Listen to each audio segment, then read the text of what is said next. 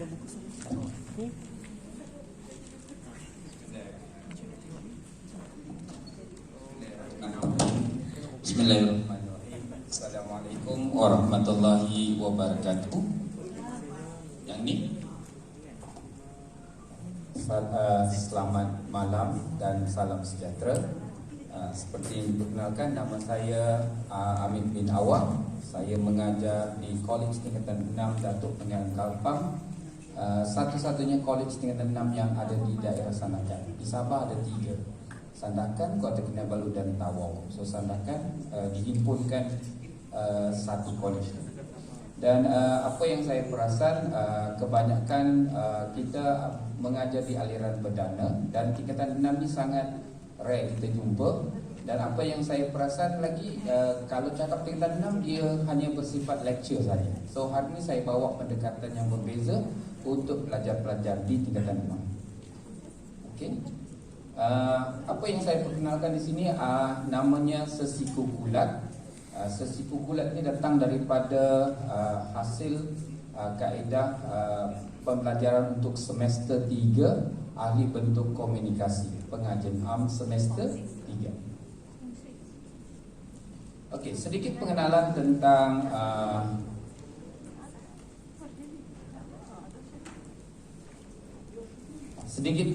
tentang inovasi ini. Inovasi ini diadakan ataupun dibuat bagi membantu pelajar mengenal pasti corak soalan yang telah dinyatakan dalam soalan ABK, iaitu sama ada mengenal pasti dua bentuk pola, pola perubahan dan pola perbandingan. Jadi pelajar akan menggunakan dua bentuk pola ini untuk menceritakan dan menerangkan, dan seterusnya membuat dapatan dalam bentuk data-data yang dipersembahkan. Apa yang saya perasan tentang kajian ini, melibatkan pelajar-pelajar yang mempunyai ciri-ciri diskalkulia. Ini saya korek sedikit mendalam. Diskalkulia ini dia adik-beradik macam disleksia ataupun disgrafia. Kalau pertama kali kita mendengar disleksia ini pertukaran abjad, kan? Dia membaca abjad itu terbalik. Kalau diskalkulia ini dia berkaitan dengan nombor-nombor. Dia ada masalah dengan memberi pengertian kepada nombor tu. Sama ada nombor tu besar, nombor tu meningkat atau menurun dan seumpamanya. Itu adalah perkara-perkara yang terlibat dalam soalan-soalan ABK semester 3. Manakala bagi pelajar-pelajar yang tidak ada masalah diskalkulia ni, dia pula ada masalah yang lain. Masalah dia lecuai. Dia tidak fokus dan dia seringkali membuat kesilapan-kesilapan yang bukan kecil tetapi besar, sehingga menyebabkan arah dan tujuan soalan itu, jawapan itu dijawab juga lari daripada sepatutnya. Okey, justru sesiku kulat ini diharap dapat membantu pelajar menulis dan menyusun ayat secara sistematik dan menghasilkan satu jawapan yang baik. So ini dia punya inovasi. Inovasinya simple saja. Di tangan saya ini ada juga, saya gunting satu cover file yang biasa kita pakai itu, kita pecah dua dan kita ambil lagi yang berwarna, kita masukkan dia ke dalam supaya dia boleh diselaraskan. Maksudnya ditarik ke kiri ke kanan. Jadi dia akan dapat memberi pelarasan di mana nombor dan abjad yang diperlukan. Ya, jadi saya nanti kalau kita ada masa kita tengok video. So dia akan diletakkan di atas nombor begini. So kertas itu akan dilaraskan mengikut kepada fokus dan tujuan di mana nombor itu patut diberi perhatian. Okey. So boleh guna warna-warna yang berbeza, tidak semestinya kuning dan merah. Kalau suka warna pink, kita guna warna pink lah. Okey, dan ini adalah contoh-contoh teknik sesiku yang dipakai. Di atas itu adalah merupakan bentuk soalan perbandingan. Jadi dia menceritakan keadaan satu bentuk pola perbandingan, sama ada dia meningkat, menurun, tidak konsisten maupun stabil. Dan apabila dia menjawab soalan-soalan perbandingan melibatkan paling tinggi dan paling rendah. So tidak juga susah, tetapi bagi pelajar yang tidak fokus, dia melihat semua soalan itu sebagai satu data-data yang rambang. dia tidak fokus di mana dia mau tengok. Ya. Okey, daripada kajian-kajian ini apa yang saya dapati bahawa pelajar tidak mahir menjawab, dan hal ini seterusnya menimbulkan banyak masalah. Apa yang lebih mengecewakan saya, pelajar apabila tidak fokus dengan bentuk soalan ini seringkali menghasilkan atau mendapat markah 1 hingga 5 markah. 1 markah maksudnya dia memang gagal lah. Jadi purata 1 hingga 5 itu sangat mengecewakan. So objektif umum bagi pelajar ialah supaya dia boleh menjawab soalan ABK yang khususnya didapat mengenal pasti sama ada bentuk pola itu perubahan atau perbandingan secara total, dan juga boleh memberikan data-data yang menyokong kepada pola-pola yang dinyatakan. So, fokus kajian saya adalah berteraskan kepada pelajar-pelajar yang mempunyai masalah-masalah asas matematik yang sangat lemah. Dan saya setuju dengan Cikgu Nizam tadi, bila kita berjumpa dengan satu keadaan budak kita itu sangat lemah, maka inilah cabarannya kepada kita. Dan saya mendapat kelas, iaitu kelas pelajar-pelajar rayuan tingkatan 6, yang matematik memang 6 terbalik. Diskalkulia dia tu, ya, dia pening sikit terbalik jadi 9 semua. Jadi dia nak campur tolak bahagi pun dia tidak boleh buat. Ya, jadi di sinilah cabaran itu sehingga menyebabkan sentiasa berfikir untuk menyelesaikan masalah, sehingga terlahirlah sesikukulan ni. Terlahir macam tak sengaja pula di situ. Okey, daripada analisis tinjauan di situ yang saya katakan tadi, 40 minit yang telah diberikan melihat hasilnya tidak ada seorang pelajar pun yang berjaya mendapat 8 markah. Tidak ada seorang, ya. Bahkan daripada 27 orang itu hanya mendapat sekitar 1 hingga 5 markah. Dan kalau ada pun berjaya menjawab idea, tidak juga berjaya menjawab huraian kepada itu.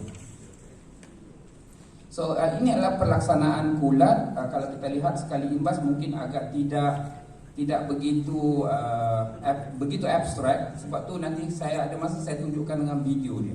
Ya, pelajar menganalisis soalan, pelajar menyediakan jadual, pelajar mencerahkinkan soalan, pelajar menulis idea, membuat semakan, dan daripada semakan itu dia membuat rujukan silang kepada jawapan itu sehingga dia dapat menghasilkan satu jawapan yang baik. Ini gambar-gambar dia lah, gambar-gambar dia.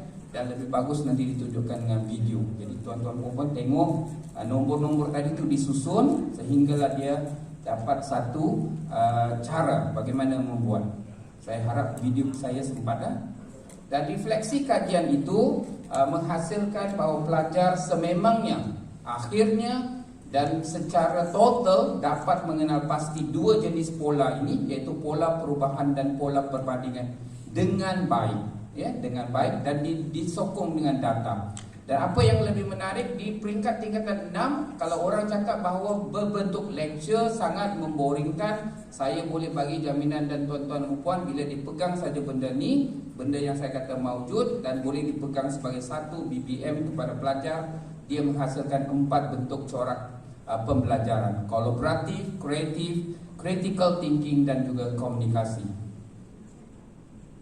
Okay, dan ini adalah merupakan dapatan ujian pra dan ujian pos bagi 27 orang pelajar yang telah diuji, yang kebanyakan rata-rata mempunyai masalah bukan didiagnos sebagai diskalkulia, yang mempunyai ciri-ciri diskalkulia ni yang tidak boleh mengenal dan memberi maksud dan memberi erti kepada nombor itu.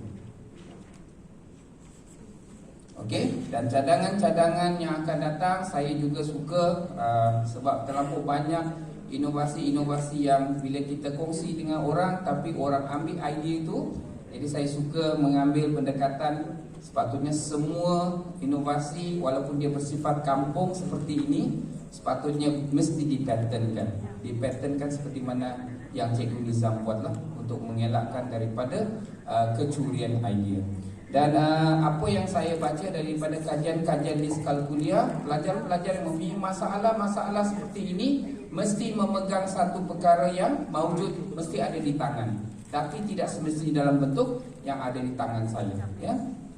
Okey, jadi kalau kita ada masa, saya izinkan saya boleh tengok video. Kita buka video tu.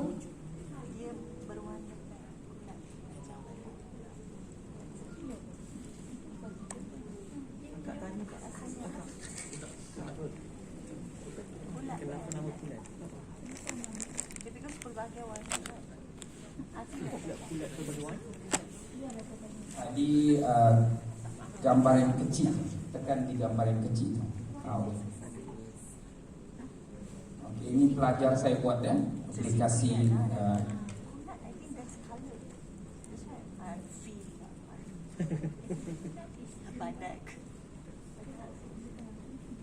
ada suaranya tuan.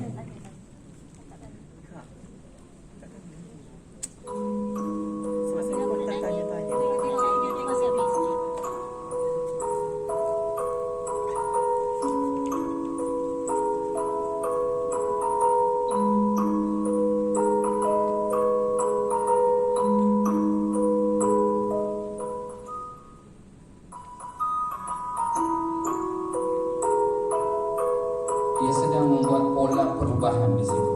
Hanya fokus kepada satu kotak yang dia mau cari, tidak perlu keseluruhan. So dia membuat analisis, bukti, idea dan juga dapat support data dia.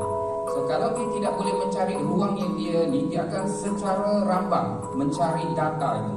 Jadi tidak fokus. So sekarang kita bimbing dia mencari di mana dia mau cari, fokus dia. Ya.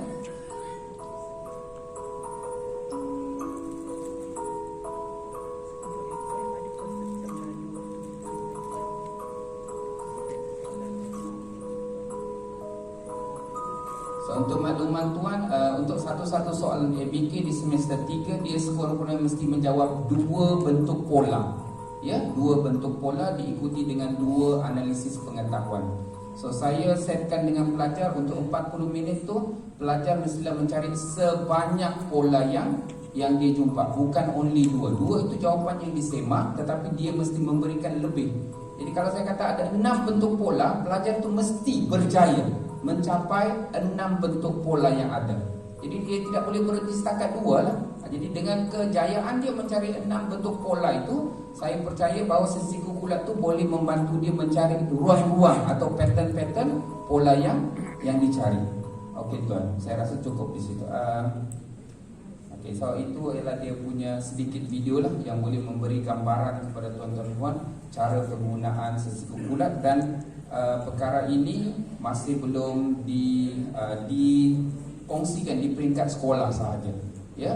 Dan juga di daerah ada juga perkongsian, dan terkini saya kongsikan dengan orang rumah saya. Orang rumah saya adalah guru pendidikan khas. Dia tengok saya buat, dia buat, dan dia kata budak dia sangat seronok. Jadi benda itu boleh diaplikasi dalam semua bentuk subjek, mengikut kepada tuan-tuan dan puan-puan punya kreativiti lah. Ya, okey, baik. Sekian dan terima kasih. Terima kasih. Kita buka soalan. Sekiranya ada, okey, dipersilakan. Kita kumpul 2 soalan ya untuk diajukan kepada pembentang. Dipersilakan. Okey, cikgu, Danialah cikgu punya evaluasi ni. Cuma satu yang menjadi persoalan pada saya, kenapakah dia dinamakan sesi kukulat? Okey, sesi kukulat. Okey cikgu, terima kasih. Sesiku tu sebab dia bentuk macam pembaris kan, jadi saya panggil dia sesiku. Kulat tu actually datang daripada 2 frasa perkataan, 2 bentuk perkataan, iaitu kulat, kurung, kita kurung, dan lat itu bulat. Jadi kurung dan bulat, maka terhasillah kulat itu. Tapi jangan salah cikgu, semasa saya mencari nama ni, saya juga dapat saya brainstorming, ada orang cuba bagi saya burung, lain je burung. Burung itu bulat dan kurung. Dia bulat dulu. Sepatutnya prosesnya ialah mengurungkan dulu baru membulatkan. Sebab kalau dia terbalik jadi burung sudah. Jadi cerita lain pula pasal burung kan. Jadi kena hati-hatilah ya. Okey. Baik, ada soalan lagi? Ada soalan? Satu lagi soalan. Dah, lagi. Ada? Ada? Orang. Boleh tidur dah.